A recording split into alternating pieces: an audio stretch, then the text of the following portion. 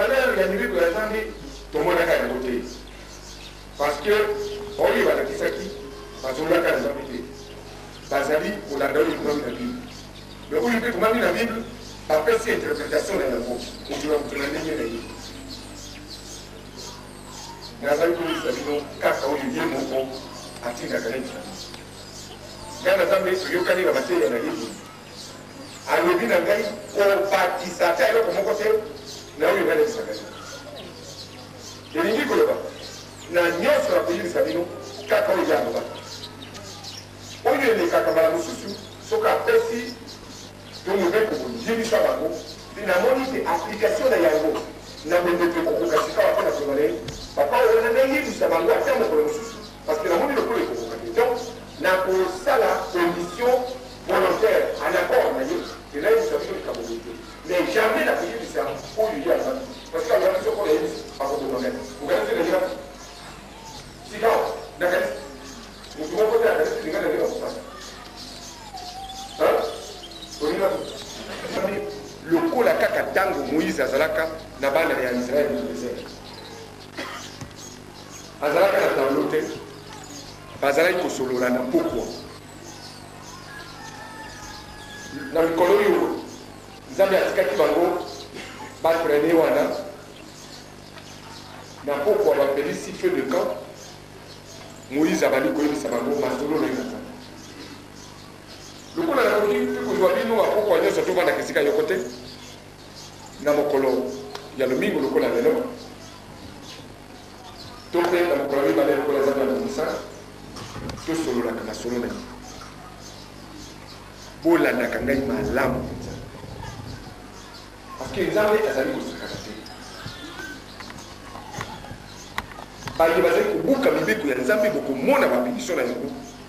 ekozalanga na pepo tokamata na ino kaka mokolo oyo ezali konyokola bato na libumu na moto komi kopelisa bamoto na nzoto na ino tokomi na sida te toloba kaka oyo biso tozobenga awa syndrome d'agitation permanente moto nyonso yeyebi asimbaki kisi asalaki magie asalaki kidogo akosouffrir na biloko amwe kazala purifié donc okoyoka na butu boye motema nde opela na nzoto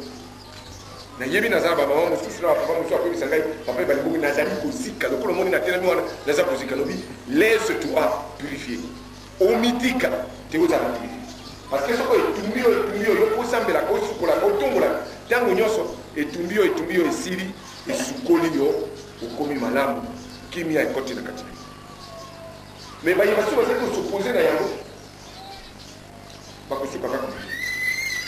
parce que bobukaki mibeko mingi bobukaki boyebaki na bino ntina te nayebisaki mbala mosusu mpo ya likambo ya bikeko mpo ya kozongela mobeko ya liboso natuni na Nzambe na baimage to bastatuete ya bakatolike alobi basala bikeko te ya biloko lokolo ezali na likolo oyo ezali na mokili oyo to ezali na se mpe bakumisa yango te me basango bazali na bikeko wana na bandako Nzambe to baza kopesa bato batia na ndako Nzambe arépondre yango nazalaki na bikolo alobi oyo basango bazali kosala ezali mpenza bikeko ya kokumisa yango te oyo wana ezali nde kolakisa lokola foto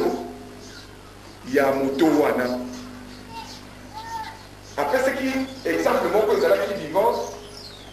mwana ya papa nganga Nzambe Ilungu bango bazali baprotestant akei pour la première fois na Pâques ya 1980 na église catholique ya Mikolo vendredi saint basalaka chemin de croix kuna na ndako Nzambe batia bikeko moko ya minene eyezu oyo azalaka na ndako Nzambe ya Mikolo wana aza monene mpenza kaka lokola moto mobimba boye alors bazali koexplike basali yezu boye batoboli yezu makonga ye amona yango naino te auti kuna na cathédrale na kole nobi mata likambo mingi papa banyokoli yezu babumi azalaki nini abandi kolela donc ye éliminer. Pe ayoki maloba oyo balobi par rapport na ba image wana. Amoni pe yezo ya rouge kuna ya munene abaki mikuna. Ba pakola na mo a couleur ya rouge lokola bakila batokola ki bakonga. Aleli kuta cathédrale ti nanda ko biso. Mpo ya koyebisa te. Babomi yezo kaka pamba, banyokoli ye kaka pamba.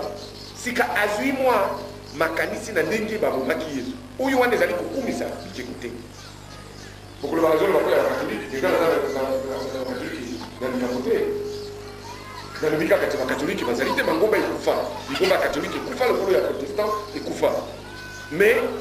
bikeko yo mona ki kuna na banda ko zambe ezalaki papo ya kokumisa ngo mais po ya kolakisa bino ba oyo basila kutia ngo na bikeko. Oyo yiko koma mabe ezali nini? Bikeko musuze sila kokota na musée. Ezala ba crucifix, ba kuruzo wana, ezala ba chapelet. Et ça l'a débat image tombé moi avec le monsieur ya Elondia Mama Maria à partir du moment que bikeko wana batinkisi bati magie bakomi kokumisa yango parce que la bikeko mususu ya Mama Maria ya ndenge wana oyo batia magie na puissance na yango oyo batia kana tango kala ezalaki soko moto moko akumisi yango Maria Valence azalaki mwasi moko azalaki na Cosmos akoya kobima na kati ekekwana akobima complètement akomi mutu et comment les sous côté omoni bon wana bazali kokumisa bikeko puisque komisia ngo ekekwana esaleli biloko boyebi bato basusu bazali na biloko mosusu na nzoto